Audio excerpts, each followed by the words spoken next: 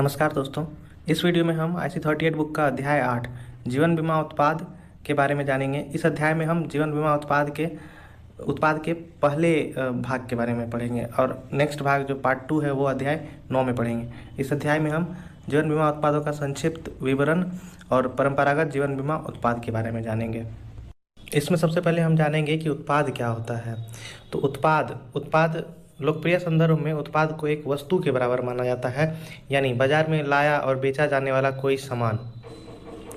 हालांकि किसी सामान की उपयोगिता या लाभप्रदता उस सामान से नहीं बल्कि उसकी विशेषताओं से निकलती है।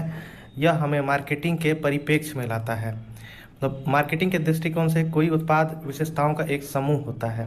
तो जीवन बीमा भी जो है वो विशेषताओं का एक समूह है, इसीलिए ये भी एक प्रोडक्ट के रूप में मार्केट में सेल होता है। इसके बहुत सारे रूप है जिसके बारे में हम आगे पढ़ेंगे।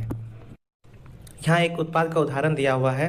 कोलगेट, क्लोजअप और प्रॉमिस सभी टूथपेस्ट एक ही श्रेणी के अलग अलग ब्रांड हैं, लेकिन इन ब्रांड में प्रत्येक में कुछ की विशेषताएं एक दूसरे से अलग हैं। उत्पाद अपनी विशेषताओं पर निर्भर करता है और उत्पाद दो तरह के हो सकते हैं, मूर्त और अमूर्त। मूर्त उन भौतिक वस्तुओं को संदर्भित करता है जिन्हें सीधे स्पर्श करके छुआ जाना जा सकता है, उदाहरण के लिए कार या टीवी सेट। अमूर्त उन उत्पादों को दर्शाता है जिनको केवल परोक्ष रूप से ही अनुभव किया जाता है, जैसे कि जीवन बीमा एक अमूर्त उत्पाद है। ये हमने पहले भी डिस्कस किया। अब आगे है जीवन बीमा उत्पादों का उद्देश्य और कवर की गई आवश्यकताएं। तो जीवन बीमा हम जानते हैं कि ये किसी भी तरह के जोखिम से निपटने के लिए लिया जाता है। इसका पूर्वानुमान तो सबको रहता है, लेकिन ये पता नहीं रहता है कि ये मतलब इसका टाइम कब है। तो इसे कवर करने के लिए, रिस्क को कवर करने के लिए जीवन बीमा उत्पादों की आवश्यकता है। अब आगे है जीवन बीमा उत्पादों में राइडर। जीवन बीमा उत्पाद में राइडर एक एडिशनल फीचर ऐड करवाने के लिए युक्ति है। राइडर के मदद से कोई भी व्यक्ति अपने जीवन बीमा में कोई एक एडिशनल फीचर या एक एडिशनल सुविधा उपलब्ध जुड़वा सकता है। जैसे कि राइडर एक ऐसा प्रावधान है जिसे पृष्ठांकन के माध्यम से जोड़ा जा सकता है, जो फिर अनुबंध का हिस्सा बन जाता है।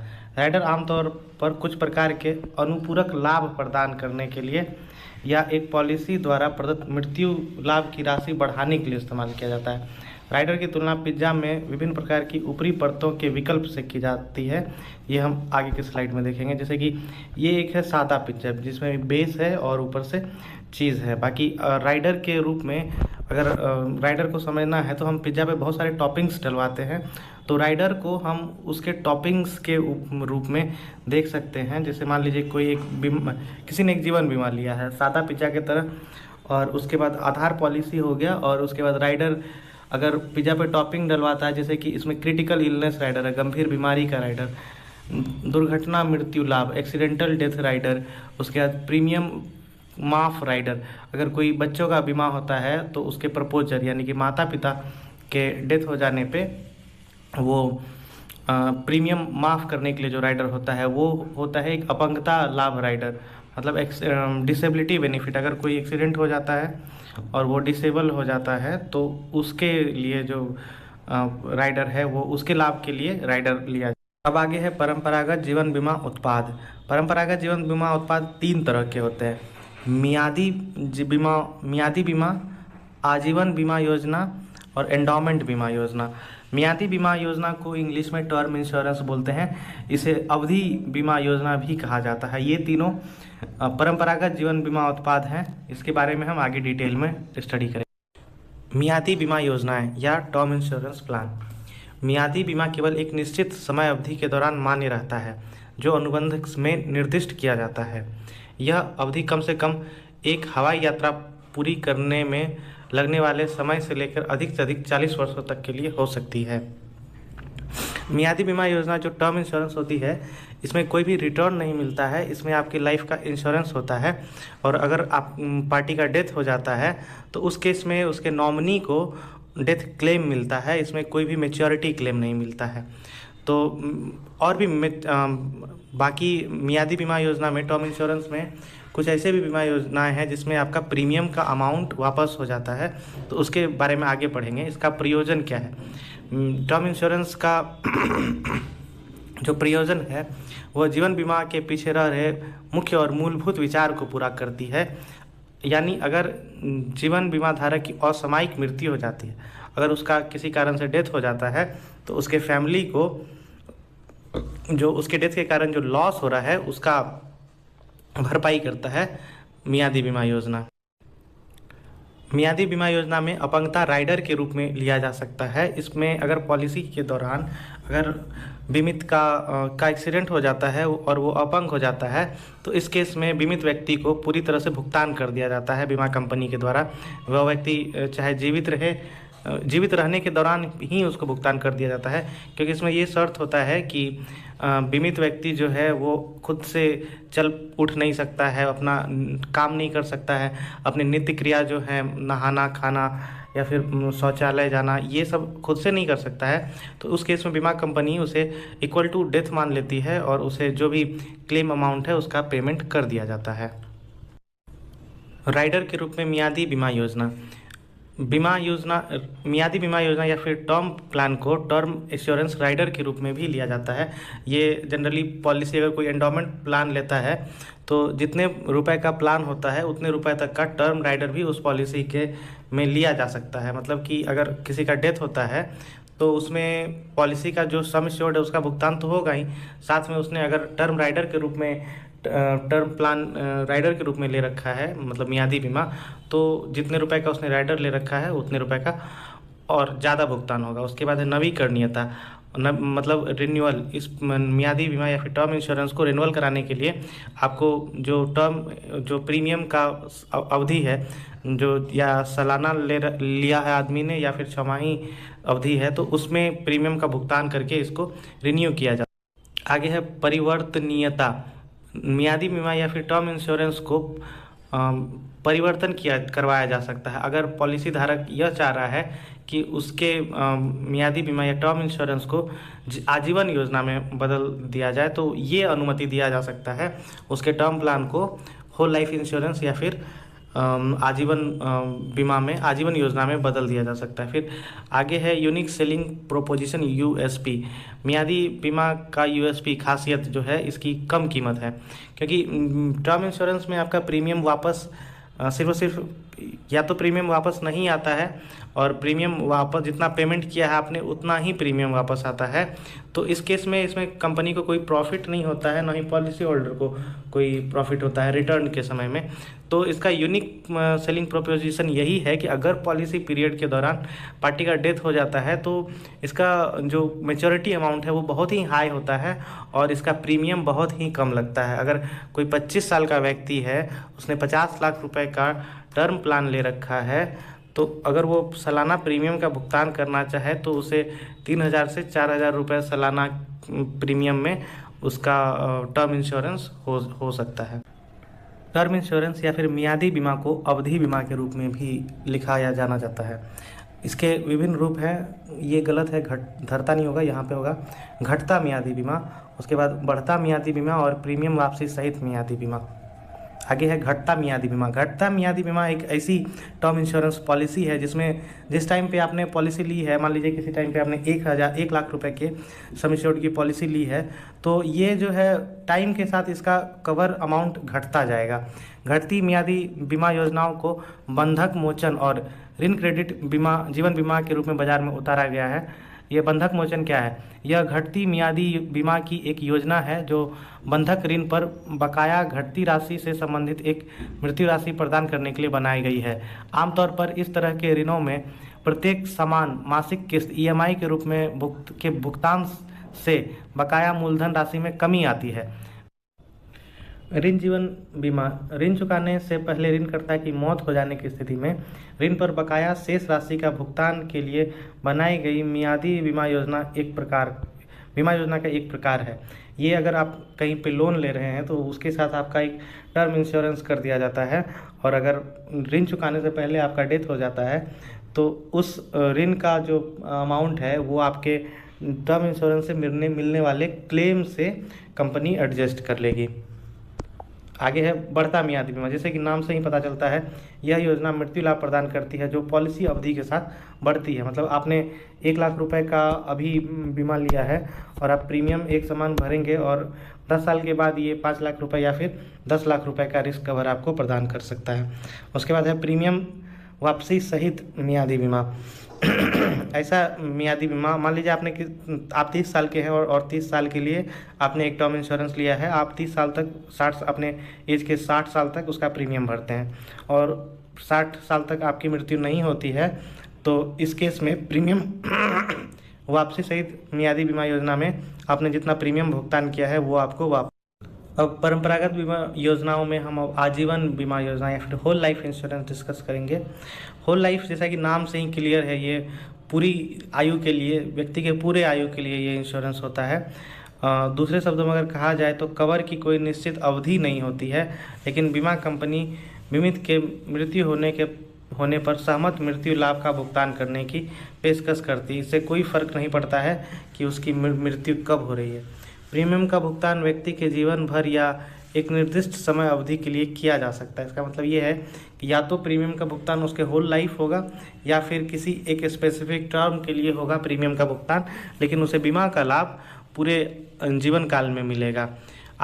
अब क्वेश्चन है कि आजीवन बीमा पॉलिसी या होल लाइफ इंश्योरेंस किसके लिए सबसे ज़्यादा ज़रूरी है। तो आजीवन पॉलिसी ऐसे व्यक्ति के लिए एक अच्छी योजना है जो परिवार का मुख्य कमाने वाला है और असामयिक मृत्यु की स्थिति में किसी भी वित्तीय सुरक्षा से अपने प्रियजनों की रक्षा करना चाहता है। यह व्यक्ति एक सुसंगत और लंबी अवधि के आधार पर जीवन बीमा पॉलिसी के उच्च प्रीमियमों को वहन करने में सक्षम होना चाहिए और एक ऐसी जीवन बीमा पॉलिसी लेना चाहता है जो मृत्यु लाभ का भुगतान कर सके, भले ही उसकी मौत कभी भी हो सकती है। परंपरागत बीमा योजनाओं का जो तीसरा टाइप है एंडाउमेंट बीमा, उसके बारे में पढ़ेंगे। एंडाउमेंट बीमा अनुबंध वास्तव में दो योजनाओं का संयोजन है। मियादी बीमा योजना जो बीमा अवधि के दौरान बीमित की मौत होने पर संपूर्ण बीमा राशि का भुगतान करती है, और एक शुद्ध एंडाउमेंट योजना जो अवधि की समाप्ति तक बीमित के जीवित रहने पर इस राशि का भुगतान करती है। एंडाउमेंट योजना में एक टर्म प्लान होता है और बाकी का जो है वो, अगर बीमित व्यक्ति का मृत्यु नहीं होता है पॉलिसी टर्म में, तो उसे एंडाउमेंट राशि का भी भुगतान करती है। अतः इस उत्पाद में मृत्यु और उत्तरजीविता दोनों लाभ शामिल है। मतलब अगर डेथ हो जाता है उस केस में भी बेनिफिट मिलता है, और अगर पार्टी का डेथ नहीं होता है, अगर वो आउटलिव करता है, तो उस केस में भी बेनिफिट मिलता है। आर्थिक दृष्टिकोण से यह अनुबंध घटती मियादी बीमा योजना और बढ़ते निवेश तत्व का एक संयोजन है। आगे है, यह योजना कर संबंधी प्रयोजनों के लिए प्रीमियम की कटौती के प्रावधान के कारण भी आकर्षक बन गई है। इसका मतलब ये है कि अगर कोई भी व्यक्ति बीमा के प्रीमियम के रूप में अपना खर्च दिखाता है तो गवर्नमेंट उस खर्च पे उससे कोई भी इनकम टैक्स चार्ज नहीं कर सकती है। इसीलिए जो एंडाउमेंट प्लान है वो ज़्यादा पॉपुलर है। एंडाउमेंट प्लान के बहुत सारे रूप होते हैं, इसके बारे में हम अभी चर्चा करेंगे। पहला है धन वापसी योजना, मनी बैक प्लान।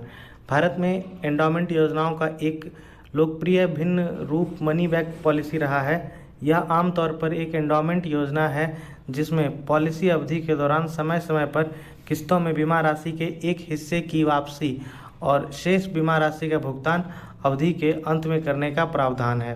जैसे इसको उदाहरण से समझते हैं, 20 वर्षों की एक मनी बैक पॉलिसी में 5 वर्ष, 10 वर्ष और 15 वर्ष के अंतर में उत्तरजीविता, जिसे सर्वाइवल बेनिफिट भी बोला जाता है, लाभ के रूप में बीमा राशि के 20% का भुगतान करने का प्रावधान किया जा सकता है।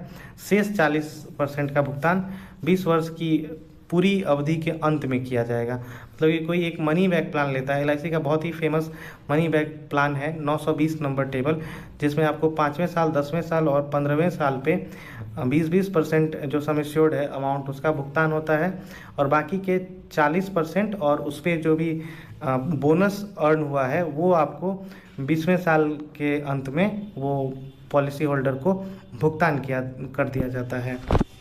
अब आगे है सहभागिता और गैर सहभागिता योजना। इसको इंग्लिश में बोला जाए तो पार्टिसिपेटिंग और नॉन पार्टिसिपेटिंग योजना। सहभागिता शब्द ऐसी पॉलिसियों पर लागू होता है जो जीवन बीमा कंपनी के लाभ में भागीदारी करती है। दूसरी ओर गैर सहभागिता का मतलब ऐसी पॉलिसियां जो लाभ में भागीदारी नहीं करती है दोनों प्रकार पारंपरिक जीवन बीमा में उपलब्ध है। और सहभागिता या फिर गैर सहभागिता को अगर इजी शब्दों में समझना होगा तो सहभागिता मतलब कि विद प्रॉफिट प्लान ऐसे प्लान होते हैं जो प्रीमियम हम बीमा कंपनी में जमा करते हैं तो बीमा कंपनी उसे वो किसी न किसी जगह पे इन्वेस्ट करती है, तो उससे जो भी बीमा कंपनी को अर्निंग होता है वो बीमा कंपनी उसका जो भी भाग है वो पॉलिसी होल्डर को दे दिया जाता है। तो इस प्लान को विद बेनिफिट या फिर पार्टिसिपेटिंग या फिर सहभागिता प्लान कहा जाता है। और गैर सहभागिता में ये नहीं होता है, इसमें चूँकि कंपनी उसके जो भी प्रीमियम है उसको कहीं भी इन्वेस्ट नहीं करती है तो उसे बेनिफिट भी नहीं मिलता है। अब यहाँ पे सहभागिता या फिर लाभ सहित योजना मतलब पार्टिसिपेटिंग या फिर विद प्रॉफिट योजनाओं के बारे में डिटेल में दिया गया है।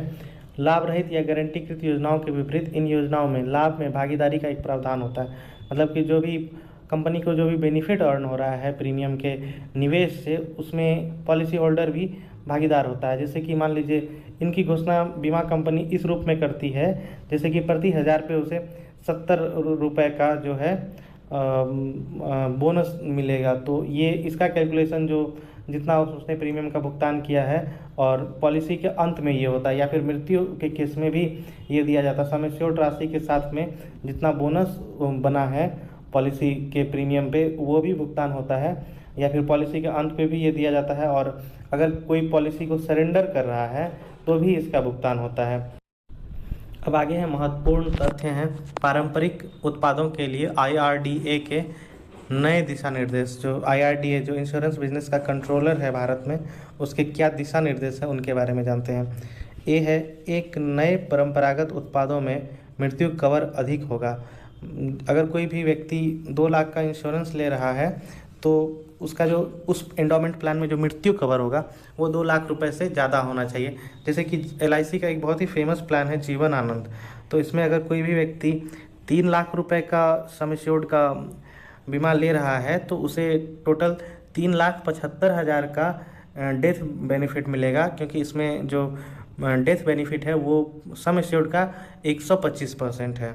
उसके बाद है आपको नियमित पॉलिसी प्रीमियमों में के मामले में कवर 45 वर्ष से कम उम्र के लोगों के लिए वार्षिक प्रीमियम का 10 गुना और अन्य के लिए 7 गुना होगा। बी पॉइंट है पारंपरिक योजनाओं के मामले में न्यूनतम मृत्यु लाभ कम से कम बीमा धन की रकम और अतिरिक्त लाभ अगर कोई हो तो है। और सी पॉइंट है बीमा धन के अलावा पॉलिसी में निर्दिष्ट अनुसार और मृत्यु की तिथि तक संचित बोनस अतिरिक्त लाभ मृत्यु होने पर देय होंगे अगर पहले भुगतान नहीं किया गया है तो। अब आगे हम इस वीडियो में इस अध्याय के प्रश्न उत्तर डिस्कस करेंगे। पहला क्वेश्चन है निम्नलिखित में से कौन सा एक अमूर्त उत्पाद है। ऑप्शंस कार, मकान, जीवन बीमा और साबुन। तो इसका ऑप्शन 3 सही होगा। जीवन बीमा एक अमूर्त उत्पाद है जिसे आप छू नहीं सकते हैं, बाकी सारी चीज़ों को आप छू के देख सकते हैं, सारी चीज़ें मूर्त उत्पाद है। आजीवन बीमा का प्रीमियम भुगतान टर्म बीमा के प्रीमियम भुगतान की तुलना में डैश होता है। अधिक, कम, बराबर, बहुत अधिक। क्योंकि आजीवन बीमा में फुल लाइफ का इंश्योरेंस होता है तो इसका प्रीमियम भुगतान टर्म बीमा से अधिक होता है। ऑप्शन 1 सही होगा। अगला क्वेश्चन है डैश। जीवन बीमा व्यक्ति की मृत्यु की स्थिति में पॉलिसी धारक के बंधक का भुगतान करता है। बंधक, मियादी, आजीवन या एंडोमेंट। तो इसका ऑप्शन 2 सही होगा। बंधक बीमा जो है वो व्यक्ति की मृत्यु की स्थिति में पॉलिसी धारक के बंधक का भुगतान करता है। मान लीजिए किसी व्यक्ति ने किसी बैंक से लोन ले रखा है और बैंक को लगता है कि अगर व्यक्ति की मृत्यु बिना लोन के पेमेंट की हो जाती है तो लोन का पेमेंट कौन करेगा। उस स्थिति में बैंक उस व्यक्ति का बंधक बीमा करवा देता है, जो कि अगर व्यक्ति लोन पेमेंट के से पहले मर जाता है तो उसका जो भी लोन का अमाउंट बचा हुआ है वो उस व्यक्ति को मिलने वाले क्लेम की राशि से बैंक चुकाएगा। अगला क्वेश्चन है अपने जीवन बीमा के लिए आपके द्वारा प्रीमियम का भुगतान जितना डैश होगा आपकी मृत्यु की स्थिति में लाभार्थी को क्षतिपूर्ति का भुगतान उतना ही डैश होगा। तो इसका ऑप्शन 1 सही होगा। आपके जीवन बीमा के लिए आपके द्वारा प्रीमियम का भुगतान जितना अधिक होगा आपकी मृत्यु की स्थिति में लाभार्थी को क्षतिपूर्ति का भुगतान उतना ही अधिक होगा। अगला क्वेश्चन है मियादी बीमा योजना के संबंध में नीचे दिया गया कौन सा विकल्प सही है। एक है मियादी बीमा योजनाएं आजीवन नवीकरणीय विकल्प के साथ आती है। सभी मियादी बीमा योजनाएं एक अंतर्निहित अपंगता राइडर के साथ आती है। मियादी बीमा एक अकेली पॉलिसी के रूप में और अन्य पॉलिसी के साथ एक राइडर के रूप में खरीदा जा सकता है। तो इसका ऑप्शन 3 सही होगा।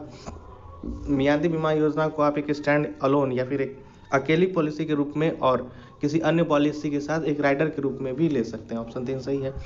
नेक्स्ट क्वेश्चन है, घटती मियादी बीमा में प्रीमियम भुगतान समय के साथ डैश डैश रहता है। तो इसमें बढ़ता, घटता, स्थिर या वापस किया जाता है?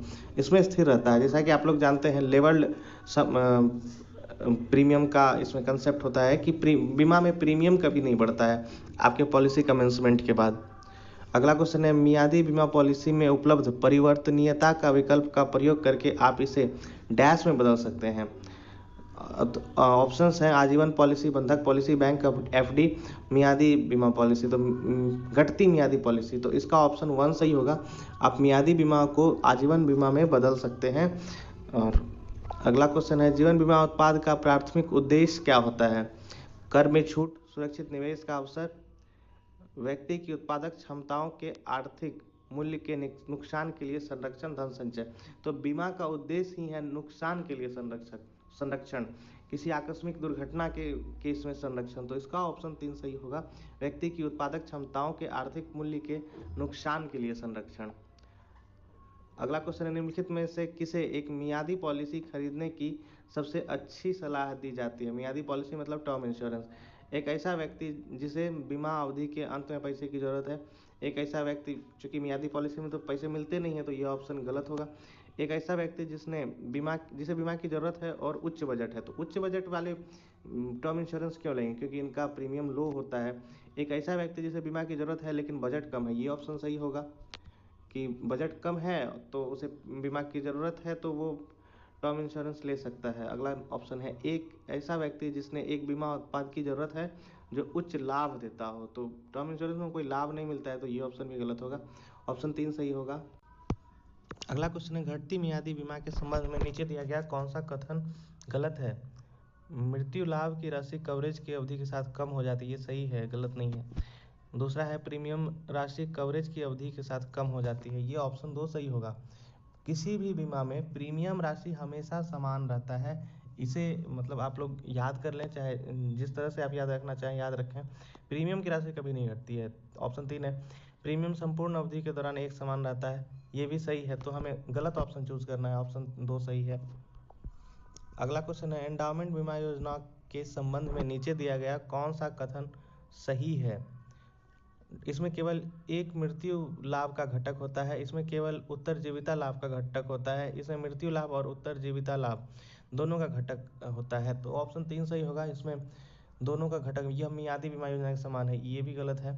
इसमें मृत्यु लाभ भी होता है और उत्तरजीविता लाभ जिसे मैच्योरिटी बेनिफिट कहते हैं, दोनों होता है। अगला क्वेश्चन है, इसमें से कौन कौन एंडाउमेंट बीमा योजना का एक उदाहरण है? बंधक मोचन योजना नहीं, बंधक मोचन योजना बीमा योजना का उदाहरण, एंडाउमेंट बीमा योजना का उदाहरण नहीं है, टर्म इंश्योरेंस का उदाहरण है, मियादी बीमा योजना का उदाहरण है। उसके बाद है दूसरा ऋण जीवन बीमा योजना, ये भी ऑप्शन गलत है। मनी बैक योजना, ये ऑप्शन एंडाउमेंट का है, एंडाउमेंट योजना का एक उदाहरण है। और आजीवन योजना, इसमें ऑप्शन 2, 3 ही सही है। मनी बैक योजना एक एंडाउमेंट योजना का उदाहरण है, बाकी सारे ऑप्शन गलत है।